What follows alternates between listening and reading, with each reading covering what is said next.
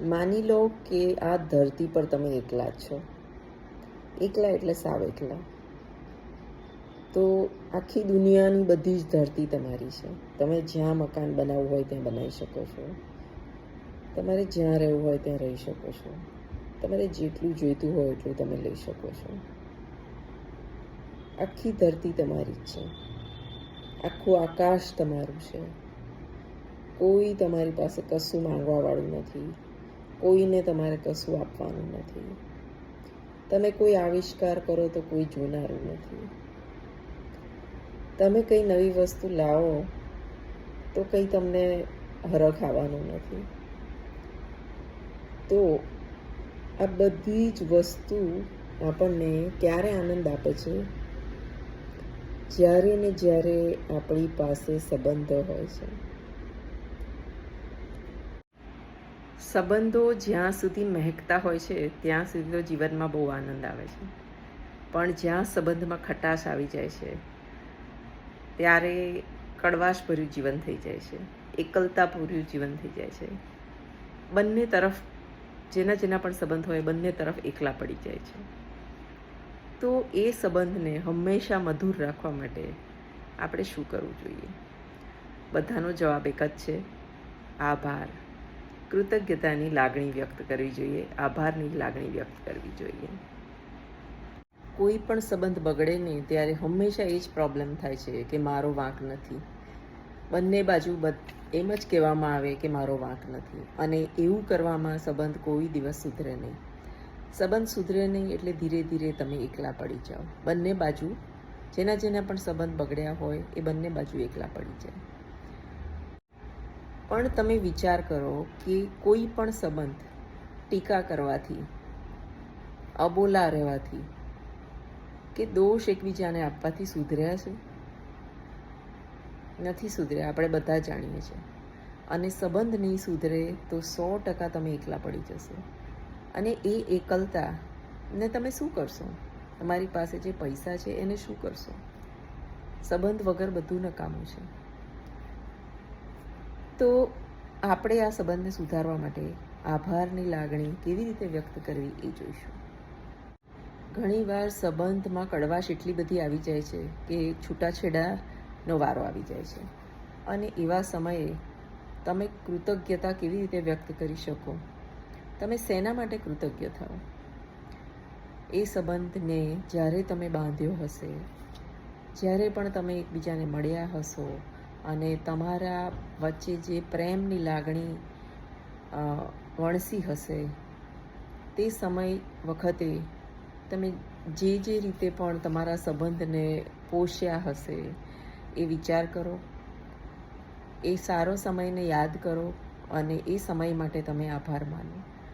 Plus જો તમારા છૂટાછેડા થઈ ગયા હોય અને એ વ્યક્તિથી તમારે કોઈ બાળક હોય તો એ બાળકનો પણ બાળક માટે પણ તમારે આભાર માનવો જ રહ્યો કે આ બાળક મારી પાસે એ વ્યક્તિના લીધે છે. તો કૃતજ્ઞતાની લાગણી માટે તમારે એવા કારણો શોધવાના છે કે જેમાં તમે આભાર માની શકો. હવે આ તો લગ્ન વિચ્છેદની વાત કરી, પણ બેમાંથી એક પાત્ર જ્યારે અવસાન પામી જાય છે ત્યારે પણ એ છૂટા જ થઈ ગયા છે. તો એ સમયમાં કેવી રીતે આપણે કૃતજ્ઞતાનો ઉપયોગ કરવો અને આપણું જીવન મહેકતું રાખવું, એ વ્યક્તિના ગયાથી જે ખાલીપો આપણા જીવનમાં રહી ગયો છે તો તે વ્યક્તિને યાદ કરી, કૃતજ્ઞતા વ્યક્ત કરી અને આપણે આપણું જીવન કેવી રીતે પસાર કરી શકીએ. તો રોન્ડા બર્નની બુક ચમત્કારમાં રોન્ડા બર્ન તેમની પોતાની માતા વિશેના અનુભવ લખેલા છે. તેઓ લખે છે કે જ્યારે એમના ડેડ એક્સપાયર થઈ ગયા અને મમ્મી એકલા રહ્યા ત્યારે મમ્મી અપાર દુઃખમાં હતા અને એ દુઃખમાંથી તે બહાર નીકળે એના માટે પોતાના મમ્મી સાથે એમણે ખભાથી ખભા મિલાવીને કામ કર્યું છે. મમ્મીને દુઃખમાંથી બહાર કાઢવા માટે તેમના મમ્મીએ એવું કર્યું છે કે જે પણ કામ એ બંને સાથે ભેગા થઈને કરતા હતા અને જે પણ કંઈ કામ કર્યા હતા પહેલાં એ બધાને એમણે કૃતજ્ઞતા એટલે કે આભાર વ્યક્ત કરવાનો ચાલુ કર્યો. ધીરે ધીરે ધીરે એ બધા જ કામમાં આભાર વ્યક્ત કરતાં કરતાં તેમને એવો પણ વિચાર આવ્યો કે કેટલાક કામ એવા છે કે જે તેઓ બંને સાથે કરવા ઈચ્છતા હતા, પણ એમના ડેડ ગુજરી ગયા એટલે ન કરી શક્યા. તેથી એ કામ હવે એ મમ્મી પોતે કરવાના હતા. તો એ અપાર દુઃખમાંથી બહાર નીકળવા માટે આ પણ એક બહુ સરસ રસ્તો છે. એમના પિતાજીના જે પણ અધૂરા કામ હતા તે તેમના મમ્મીએ પોતાના માથે લીધા અને એને પૂરા કરવાનો કોશિશ કરી, પ્રયત્ન કર્યો અને કૃતજ્ઞતાની લાગણીથી તેઓ બહાર નીકળી ગયા. આપણે આપણા જીવનમાં શું કરી શકીએ? સૌપ્રથમ તો તમારો જે બી કોઈ તૂટેલો સંબંધ હોય એને તમારું જોડવાનું મન હોય તો તમે આ રીતે પ્રેક્ટિસ કરી શકો છો. જે પણ વ્યક્તિ હયાત હોય કે ના હોય, પણ તેના 10 ગુણોનું તમારે લિસ્ટ બનાવવાનું છે. એના અવગુણો જોશો તો સંબંધ જોડાવાનું નથી.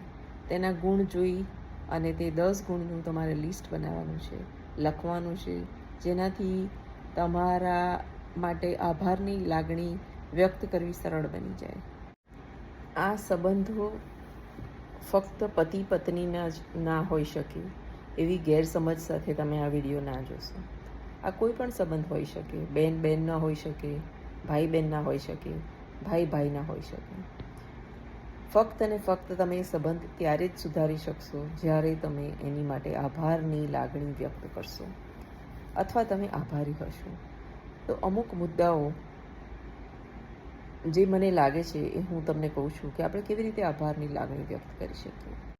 પતિ પત્નીના સંબંધ હોય તો તમે ચોક્કસ એવું લખી શકો કે જેટલા પણ સમય તમે સાથે રહ્યા હો, માની લો કે 10 વર્ષ રહ્યા છો, તો 10 વર્ષનો આપણો લગ્ન જીવનના ગાળામાં તમે પણ કેટલી બાંધછોડ કરી અને મેં પણ કેટલી બાંધછોડ કરી. એના માટે આજે હું એ 10 વર્ષના સંબંધને આભારી છું. જ્યારે સ્ત્રી બાળકોના ઉછેરમાં ધ્યાન આપતી હોય અને પુરુષ તનતોડ મહેનત કરી અને ઘરમાં પૈસો લાવતો હોય, ત્યારે બંને એકબીજાને આભારી રહેવું જ જોઈએ કે એ જો બંને પોતપોતાનું કામ વ્યવસ્થિત ન કરતા હોય તો એ સંબંધમાં મોટી તિરાડ પડવાની જ છે.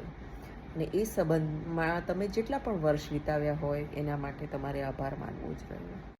સંબંધોમાં જ્યારે એકબીજાની માંદગી આવે છે ત્યારે એકબીજાએ જે સાથ આપ્યો હોય છે એને તો ક્યારેય ભૂલવો ન જોઈએ અને એ બંનેવે એકબીજા માટે આભારની લાગણી વ્યક્ત કરવી જ જોઈએ. એવી જ રીતે ભાઈ ભાઈ અથવા ભાઈ બહેન વચ્ચે જે સંબંધ તૂટી જતા હોય છે એના માટે પણ આપણે એવી કોશિશ કરી શકીએ કે આપણે બાળપણમાં સરી જઈએ અને બાળપણમાં સાથે વિતાવેલો સારો સમય યાદ કરીએ અને એના માટે આભાર વ્યક્ત કરીએ.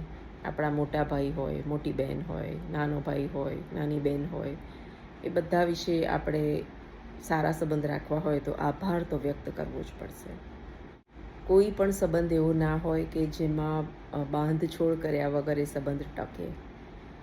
તમે તમારા ભૂતકાળમાં જાઓ અને એવા 10 પ્રસંગો શોધી કાઢો જેના માટે તમે એ સંબંધ માટે આભારી છો. અને જો તમે એ 10 વસ્તુ શોધી કાઢીને તો તમારા બગડેલા સંબંધ ફરીથી તાજા થઈ જશે. અને આભારની લાગણી વ્યક્ત કરો, એ બગડેલા સંબંધને સુધારો. કેમ કે આ દુનિયામાં, આ ધરતીમાં આપણે ટૂંક જ સમય માટે આવ્યા હોઈએ છીએ, તો એ બગાડેલા સંબંધ લઈને કેમ જવું? મારા વિડીયોને તમે કનેક્ટ કરી શકતા હો તો ચેનલને સબસ્ક્રાઈબ કરો, વિડીયોને લાઈક કરો અને શેર કરો. ફરી મળીશું એક નવી આભારની પ્રેક્ટિસ સાથે. ત્યાં સુધી આવજો.